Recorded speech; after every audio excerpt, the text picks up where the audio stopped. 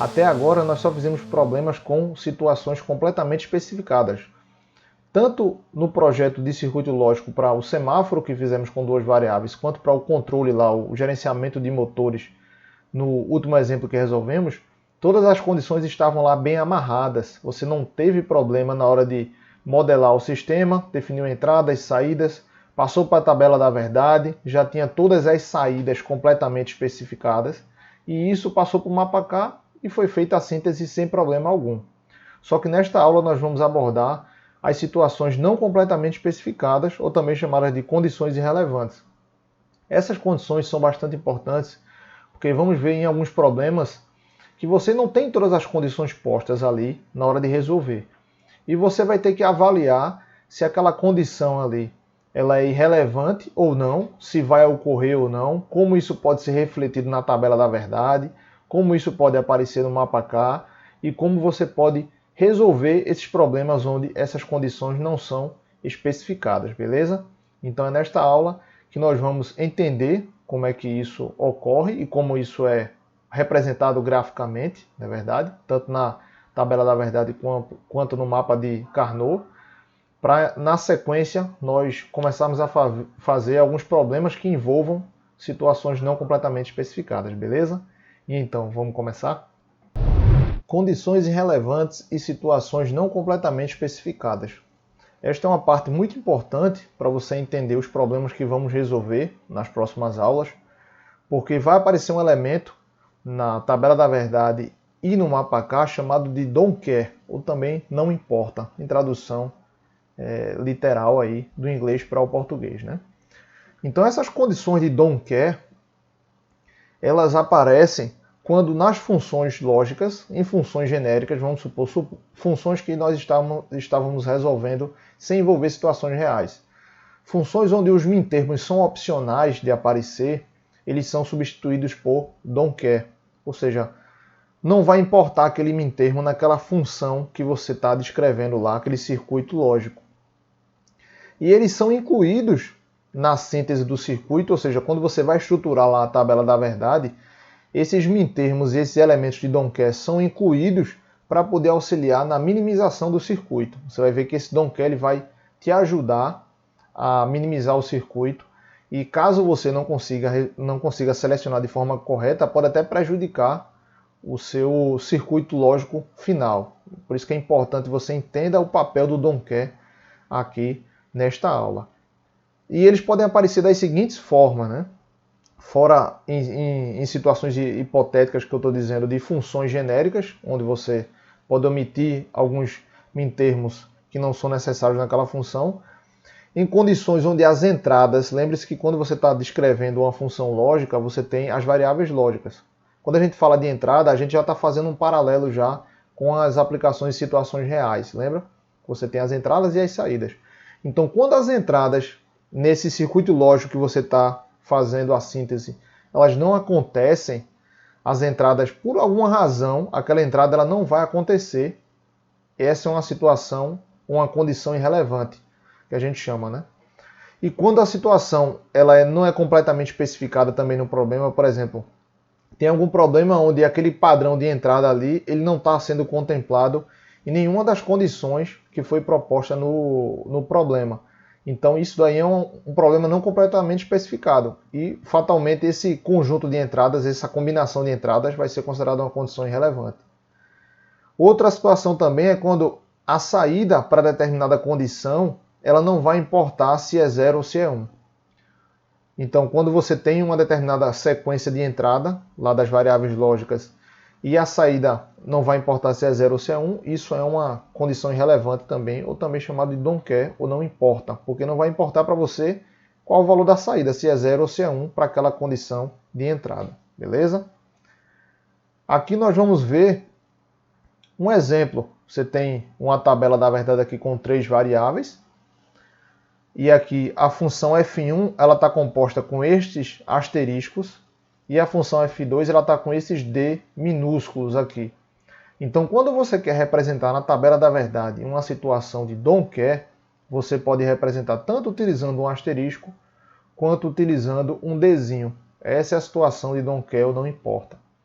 Eu peguei as saídas dessas funções aqui e criei os mapas de Carnot de cada uma. E preenchi normalmente aqui para a gente entender como é que funciona o papel do Don't nessa seleção. O Don't, como ele pode ser 0 ou 1, por isso que o nome é não importa, porque ele vai aparecer tanto como 0 ou como 1. Ele vai servir para você agrupar com os uns que tem na tabela da verdade, de modo a facilitar a sua resolução, a sua minimização do circuito lógico. Então aqui, nesse primeiro mapa, eu poderia selecionar esses dois agrupamentos apenas. Só que como eu tenho o Don't aqui, o que eu posso fazer? Como o Don't para mim não importa, porque ele pode assumir 0 ou assumir o valor de 1, eu vou usar ele a meu favor. Como assim? Eu vou selecionar esses dois uns aqui com esses Don't. Então já tem um agrupamento onde eu posso eliminar mais variáveis lógicas. E ao invés de selecionar somente esses dois uns aqui, eu posso agrupar com esses Don't aqui ao lado. Então a minha função F1 ela seria igual, esse agrupamento aqui seria B barrado, e esse agrupamento aqui seria A. Beleza? Então essa seria a minha função reduzida. Eu usei o Don't a meu favor para poder reduzi-la na forma irredutível, não é verdade? Se eu não tivesse selecionado os Don't, então seria como se esses Don't fossem iguais a 0. Se eu não tivesse selecionado, vamos supor que eu não selecionasse e só fosse esses dois agrupamentos aqui como a gente queria. Então F1', eu vou chamar, seria igual. Esse agrupamento aqui é A barra, B barra, e esse agrupamento aqui é AB. Repare que enquanto aqui eu só tenho uma ou lógica e uma inversora, né? Aqui eu tenho duas inversoras, dois i lógico e um ou lógico. Então essa função aqui está mais reduzida, na verdade.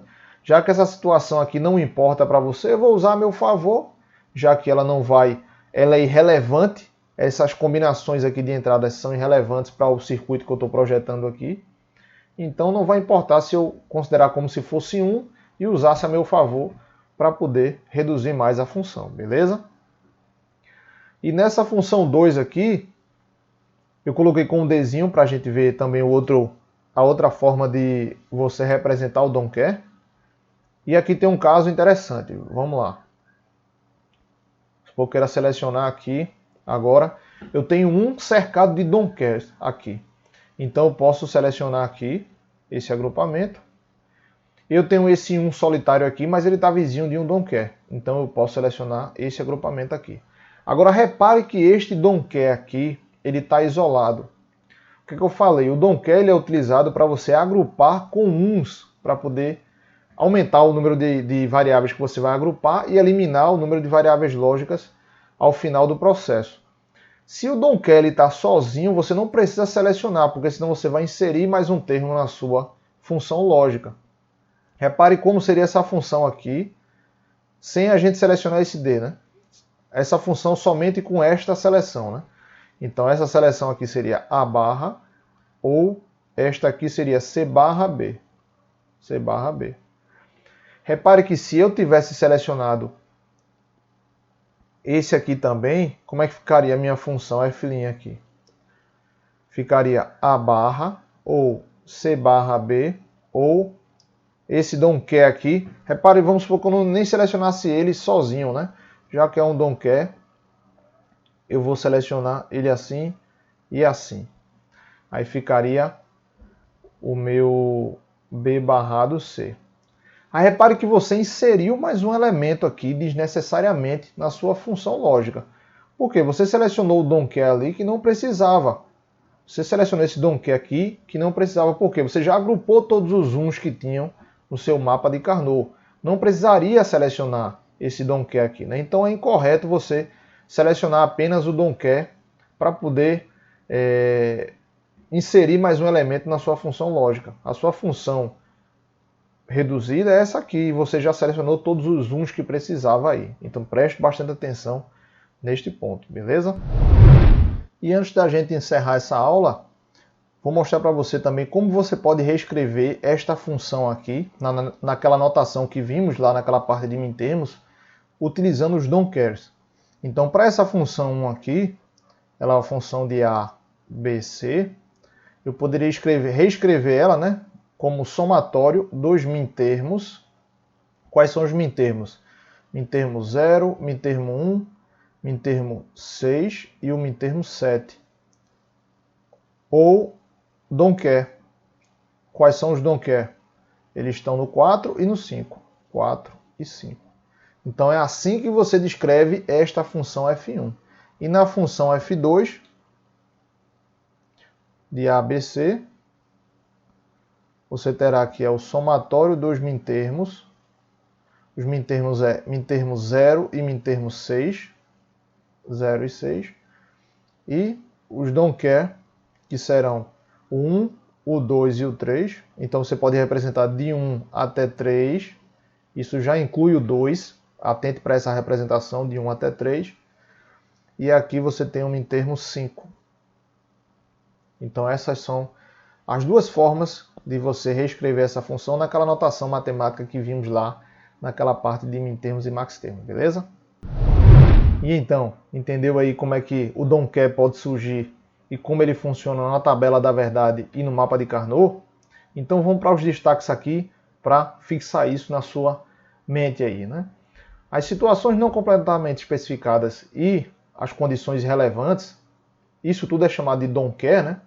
Eles aparecem quando os mintermos que vão aparecer numa função genérica, eles são opcionais, mas são utilizados para poder ajudar a minimizar a função lógica. E também eles aparecem quando os padrões de entrada eles são irrelevantes, ou seja, quando você tem as entradas lógicas e essas entradas elas ou não aparecem, não são combinações que vão aparecer no seu problema, na sua situação que você está modelando, ou então a saída ela tanto faz ser 0 ou ser 1 para aquele padrão de entrada, para aquela combinação de entrada. Então, para essas condições, aparece a situação de don't care. E nos problemas em que você vai se deparar com isso, o don't care, quando ele aparece na tabela da verdade e é mapeado no mapa de Carnot, ele vai ajudar você a minimizar a função lógica, porque você vai utilizar os don't cares para agrupar com os uns que tem na sua tabela da verdade e assim conseguir eliminar mais variáveis lógicas, já que o don't care pode assumir o valor de 0 ou 1. E eu deixei um adendo no final que você tem que prestar atenção na hora de fazer a seleção para não selecionar don't care isolado. Por ele ser um valor tanto faz, né, ser 0 ou ser 1, muita gente fica tentada em selecionar don't care que está isolado ou que não precisa ser agrupado com outro 1 que está no próprio mapa. Então, bastante atenção nesse ponto para poder você fazer a seleção correta do mapa e obter a função correta, né? A função irredutível e da forma mínima e correta, né? Entenderam aí como é que é o processo? Então, na próxima aula nós vamos já resolver um problema envolvendo essa situação não completamente especificada ou condição irrelevante. E na última aula deste bloco, faremos um problema mais complexo, envolvendo 4 variáveis e situações de don't care também, beleza? Vejo vocês na próxima aula. Até mais!